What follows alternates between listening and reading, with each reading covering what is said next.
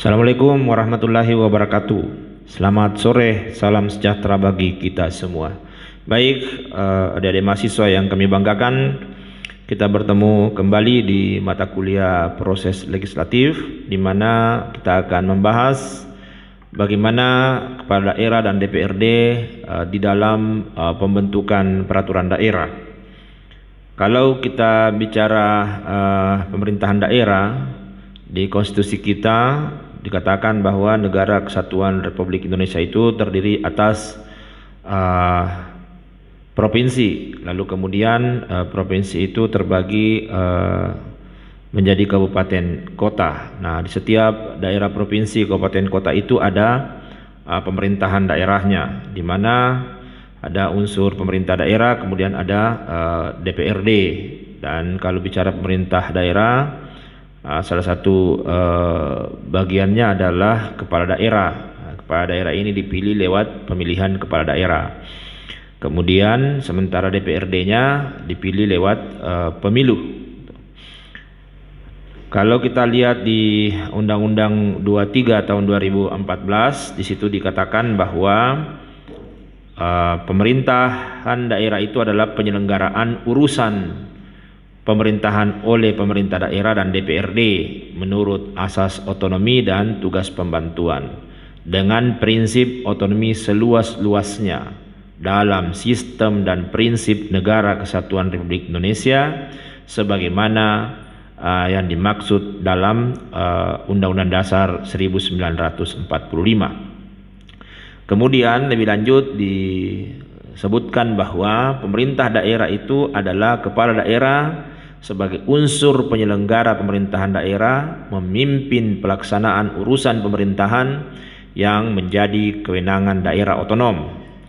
Lalu kemudian di situ juga dikatakan bahwa Dewan Perwakilan Rakyat Daerah adalah lembaga perwakilan rakyat daerah berkedudukan sebagai unsur penyelenggara pemerintahan daerah.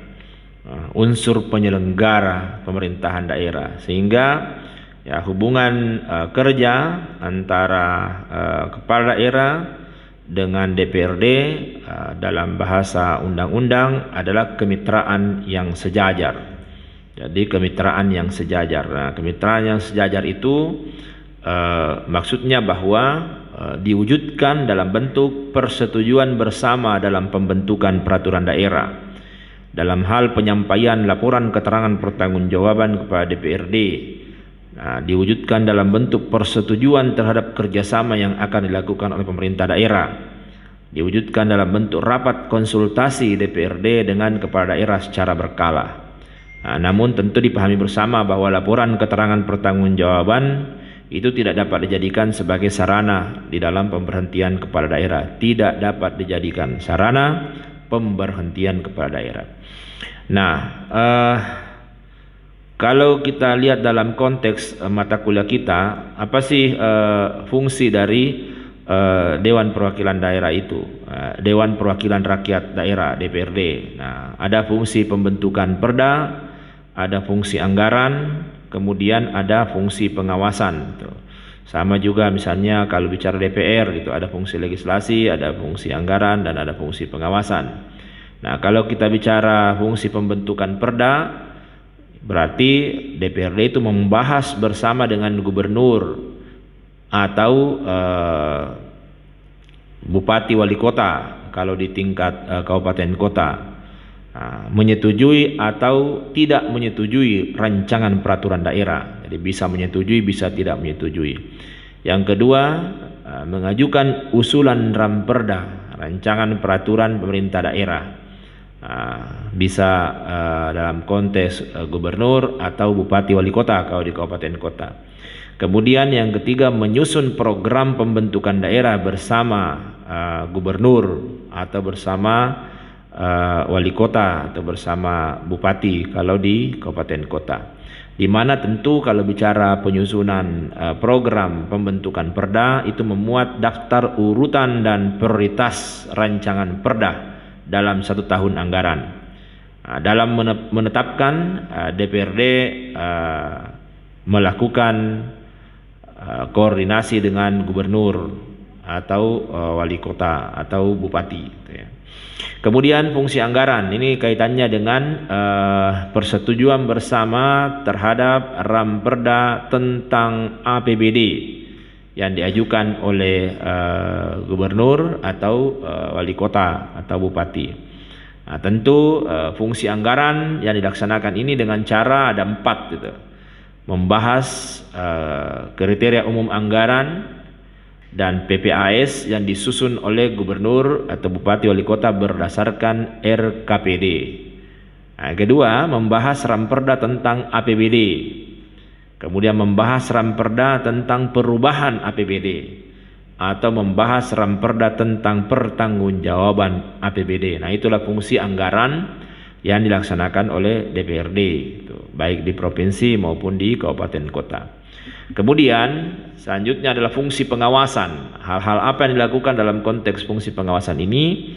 Nah, itu diwujudkan dalam bentuk pengawasan terhadap pelaksanaan peraturan daerah dan peraturan gubernur atau peraturan bupati, peraturan wali kota sesuai dengan tingkatannya ya. Kemudian yang kedua, mengawasi pelaksanaan peraturan perundang-undangan lain yang terkait dengan penyelenggaraan pemerintahan daerah. Kemudian yang ketiga, pengawasan terhadap pelaksanaan tindak lanjut hasil pemeriksaan laporan keuangan oleh BPK. Nah, itulah 3 fungsi. Kemudian selanjutnya kita akan lihat tentang hak dari DPRD itu. Nah, saya pikir seperti juga DPR, dia punya hak terkait dengan fungsi dan kewenangannya. Nah, kalau kita bicara interpelasi, hak DPRD untuk meminta keterangan kepada gubernur, kalau itu DPRD provinsi, atau bupati wali kota kalau itu DPRD kabupaten kota, mengenai kebijakan pemerintah daerah yang penting dan strategis serta berdampak luas pada kehidupan bermasyarakat dan bernegara. Jadi penting dan strategis serta berdampak luas. Kemudian yang kedua, hak angket. Hak DPRD untuk melakukan penyelidikan. Jadi penyelidikan terhadap kebijakan Pemda yang penting, strategis dan berdampak luas yang diduga bertentangan dengan ketentuan peraturan perundang-undangan. Nah, kita kembali lagi ke hierarki bahwa setiap aturan tidak boleh bertentangan. Kemudian yang ketiga, hak menyatakan pendapat. Nah, hak menyatakan pendapat adalah hak DPRD menyatakan pendapat terhadap kebijakan atau sebagai tindak lanjut pelaksanaan hak interpelasi dan hak angket. Silakan dikembangkan lebih jauh. Kemudian alat kelengkapan. Jadi apa alat-alat kelengkapan dari DPRD? Ada pimpinan, badan musyawarah, komisi, badan pembentukan perda. Jadi ini yang terkait dengan mata kuliah kita, bahwa ada alat kelengkapan yang mengurusi terkait peraturan daerah adalah badan pembentukan peraturan daerah. Nah, apa kewenangan dari kepala daerah kaitannya dengan ini? Kaitannya dengan Ramperda.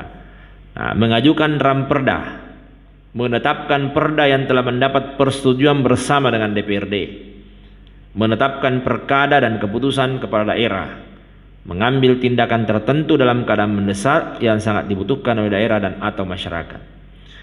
Nah, kemudian tahapan. Jadi tahapan pembentukan peraturan daerah. Jadi untuk menyelenggarakan otonomi daerah dan tugas pembantuan, daerah membentuk peraturan daerah. Peraturan daerah dibentuk oleh DPRD dengan persetujuan bersama kepala daerah. Nah, tahapannya seperti apa? Nah, tahapan-tahapannya itu ada 5. Mulai dari perencanaan, penyusunan, pembahasan, penetapan, dan pengundangan. Nah, kalau kita bicara perencanaan perda, maka perencanaan penyusunan perda dilakukan dalam program pembentukan perda. Disusun oleh DPRD dan kepala daerah untuk jangka waktu 1 tahun berdasarkan skala prioritas pembentukan Ramperda. Ditetapkan dengan keputusan DPRD. Dilakukan sebelum penetapan Ramperda tentang APBD. Nah, dalam program pembentukan perda ini dapat dimuat yang namanya daftar kumulatif terbuka yang terdiri atas akibat keputusan Mahkamah Agung, kemudian APBD, penataan kecamatan, kemudian penataan desa. Artinya apa? DPRD atau kepala daerah dapat mengajukan rancangan perda di luar program pembentukan perda dengan alasan. Jadi ada ada penekanannya. Jadi bisa saja DPRD dan kepala daerah itu mengajukan rancangan perda di luar program tadi dengan alasan satu, mengatasi keadaan luar biasa, keadaan konflik atau bencana alam. Ini kan tidak terduga ya. Dua, menindaklanjuti kerjasama dengan pihak lain. Yang ketiga, mengatasi keadaan tertentu lainnya yang sangat urgen. Yang keempat, akibat pembatalan oleh menteri untuk perda provinsi dan oleh gubernur sebagai wakil pemerintah pusat untuk perda kabupaten kota. Jadi ya akibat pembatalan.